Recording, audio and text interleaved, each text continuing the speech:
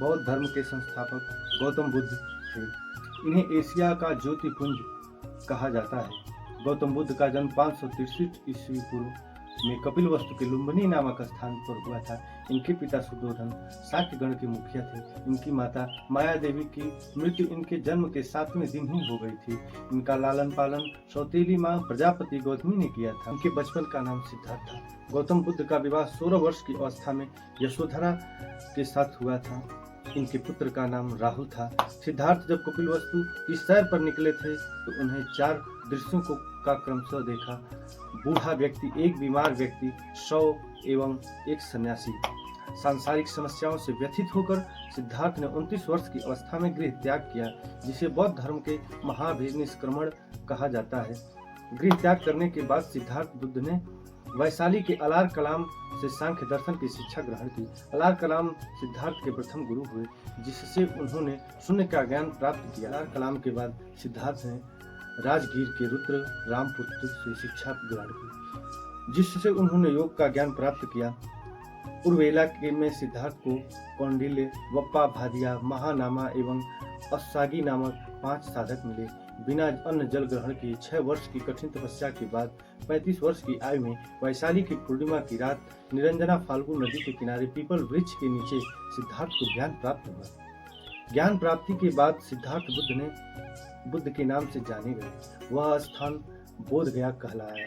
बुद्ध ने अपना प्रथम उपदेश सारनाथ ऋषिपत्तनम में दिया, जिसे बौद्ध धर्म ग्रंथों में धर्म चक्र प्रवर्तन कहा गया है।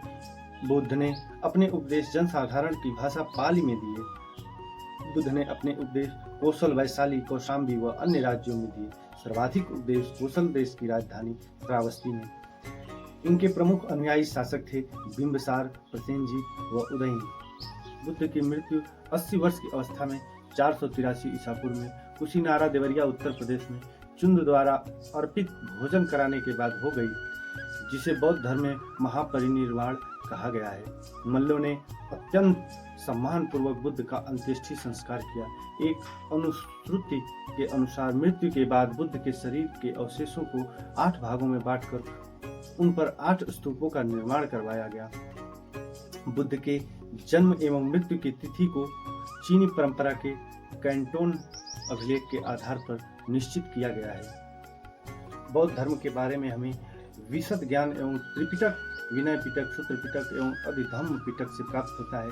तीनों पिटकों की भाषा पाली है। थेरवाद मत की पाली त्रिपिटक सबसे पुराना है।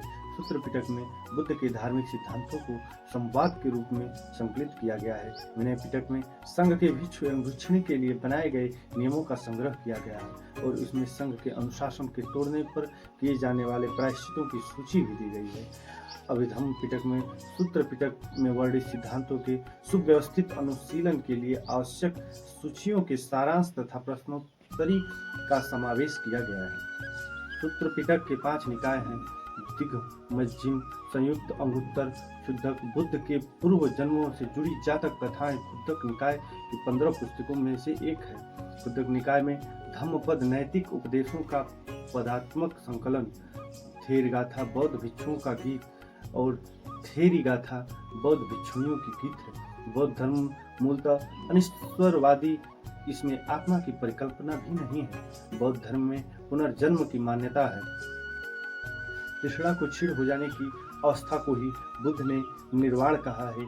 विश्व दुखों से भरा है, यह सिद्धांत बुद्ध ने उपनिषद से लिया। बुद्ध के अनुयायी 2 भागों में विभाजित थे। भिक्षुक बौद्ध धर्म के प्रचार के लिए जिन्होंने संन्यास ग्रहण किया उन्हें भिक्षुक कहा गया। उपासक, गृहस्थ जीवन व्यतीत करते हुए बौद्ध धर्म अपनाने वाले को उपासक कहा गया है। बौद्ध संघ में सम्मिलित होने के लिए न्यूनतम आयु सीमा 15 वर्ष थी। बौद्ध संघ में प्रविष्ट होने को उपसंपदा कहा जाता था। बौद्ध धर्म के त्रिरत्न हैं बुद्ध, धम्म एवं संघ।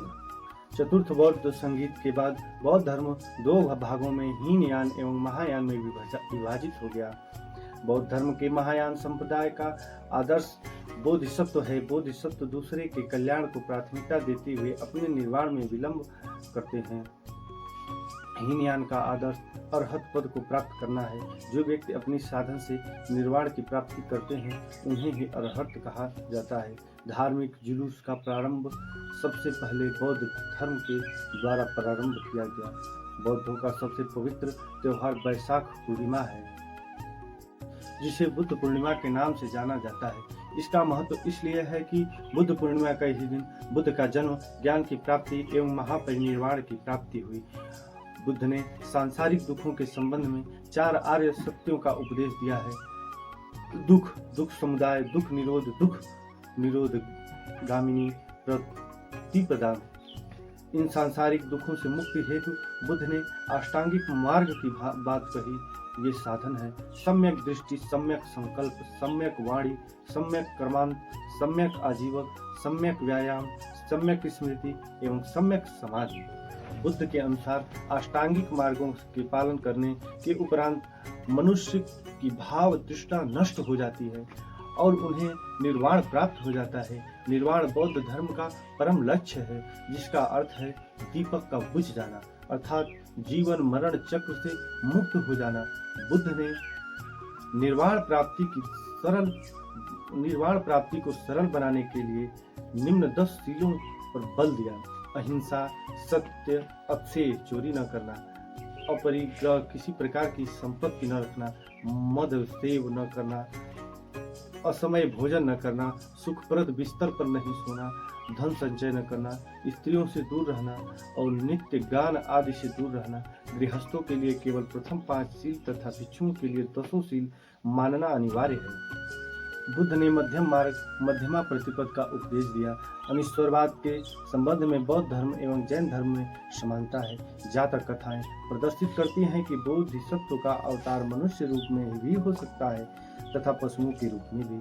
बोधिसत्व के रूप में पुनर्जन्मों की दीर्घ श्रृंखला के अंतर्गत बुद्ध शाक्य मुनि के रूप में अपना अंतिम जन्म प्राप्त किया, किंतु इसके उपरांत मैत्रेय तथा अन्य अनाम बुद्ध अभी अवतरित होने शेष है। सर्वाधिक बुद्ध मूर्तियों का निर्माण गंधार शैली के अंतर्गत किया गया, लेकिन बुद्ध की प्रथम मूर्ति संभवतः मथुरा कला के अंतर्गत बनी थी। तिब्बत, भूटान एवं पड़ोसी देशों में बौद्ध धर्म का प्रचार पद्म संभव गुरु ऋण 5 ने किया। इनका संबंध बौद्ध धर्म के ब्रजयान शाखा से था। इनकी 123 फीट ऊंची मूर्ति हिमाचल प्रदेश के रेवालसर झील में है। भारत में उपासना की जाने वाली प्रथम मूर्ति संभवतः बुद्ध की थी।